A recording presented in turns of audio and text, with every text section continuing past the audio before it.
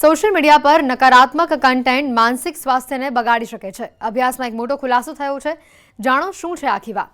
સંશોધન બતાવે છે કે જેટલો વધારે સ્ક્રીન ટાઈમ હોય છે તેટલું જ માનસિક સ્વાસ્થ્ય વધારે બગડે છે. આનાથી ચિંતા અને ડિપ્રેશન થઈ શકે છે. નકારાત્મક કન્ટેન્ટનો સંબંધ ખરાબ માનસિક સ્વાસ્થ્ય સાથે જોડાયેલો છે. લાંબા સમય સુધી ઓનલાઈન પ્લેટફોર્મ પર સમય વિતાવવો માત્ર આંખો માટે જ નહીં પરંતુ માનસિક સ્વાસ્થ્ય માટે પણ ખૂબ જ જોખમી છે. આની સીધી અસર મગજ પર પડે છે. નેચર હ્યુમન બિહેવિયરમાં પ્રકાશિત UCL સંશોધકોની ટીમના એક અભ્યાસમાં માનસિક સ્વાસ્થ્ય અને સ્માર્ટફોન, લેપટોપ, સોશિયલ મીડિયાના વધુ ઉપયોગ વચ્ચેનો સંબંધ દર્શાવવામાં આવ્યો છે. આ અભ્યાસમાં જોવા મળ્યું છે કે ખરાબ માનસિક સ્વાસ્થ્ય ધરાવતા લોકો ઓનલાઈન નકારાત્મક કન્ટેન્ટ તરફ વધુ આકર્ષાય છે. સોશિયલ મીડિયાની સંભવિત જોખમી આડઅસરો. ઊંઘ પૂરી થતી નથી. સામાજિક સંબંધો પર વિપરીત અસર. ડિપ્રેશનનો શિકાર. ભૂલવાની બીમારી. આંખોને નુકસાન. વધુ પડતું વિચારસરણી. વિશ્વની 8 અબજથી વધુ વસ્તીમાંથી લગભગ 5.3 અબજ ઇન્ટરનેટ વપરાશકર્તાઓ છે. ચીનમાં સૌથી વધુ સોશિયલ મીડિયા વપરાશકર્તાઓ છે, પરંતુ સોશિયલ મીડિયા પર સૌથી વધુ સમય ભારતીયો વિતાવે છે. ભારતમાં મોટાભાગના લોકો તેમની ભૂખ, તરસ, ઊંઘ અને સંબંધોની અવગણના કરીને સોશિયલ મીડિયા પર સમય વિતાવે છે. સંશોધન કંપની રેડિસિયર અનુસાર દરેક ભારતીય ઇન્ટરનેટ વપરાશકર્તા દિવસમાં સરેરાશ 7.3 કલાક સ્માર્ટફોન પર નજર રાખે છે. આમાં મોટાભાગનો સમય સોશિયલ મીડિયા પર તેઓ વિતાવે છે. સંશોધન બતાવે છે કે જેટલો વધારે સ્ક્રીન ટાઈમ હોય છે તેટલું જ માનસિક સ્વાસ્થ્ય વધારે બગડે છે. આનાથી ચિંતા અને ડિપ્રેશન જ નહીં પરંતુ ઘણા ગંભીર વિકારો પણ આવી શકે છે.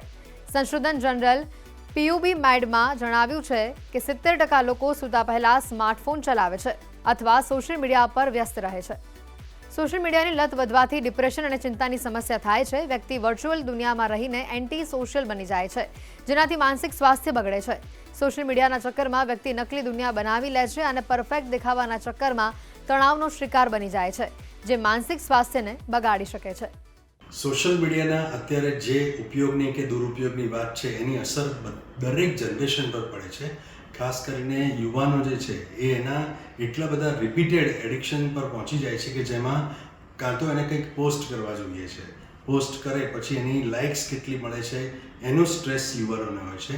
અને એનાથી પણ વધારે ધારો કે તમે કોઈ પણ રીલ્સ જોયા કરો છો તો એ રીલ્સ એક પછી બીજી પછી ત્રીજી આવે છે તો એનો કોઈ કંટ્રોલ રહેતો નથી અને એ દરેક રીલમાં જે કંઈ પણ વિષય વસ્તુ છે, જે કન્ટેન્ટ છે એની અસર મન ઉપર થયા જ કરે છે. એટલે આપણે કન્ટિન્યુઅસ એક પ્રતિક્રિયાના કે રિસ્પોન્સના મોડમાં જ રહીએ છીએ અને વારંવાર એ થવાને કારણે ચીડિયાપણું વધે છે, ધ્યાન કેન્દ્રિત કરવાની ક્ષમતા છે ઘટી જાય છે, ઊંઘની મુશ્કેલીઓ થઈ જાય છે, ડિપ્રેશન આવી શકે, એન્ઝાયટી થઈ શકે, ક્યારેક કોઈને વિડીયો ગેમની આદત લાગી જાય તો પ્રશ્નો બીજા બધા ઊભા થઈ શકે.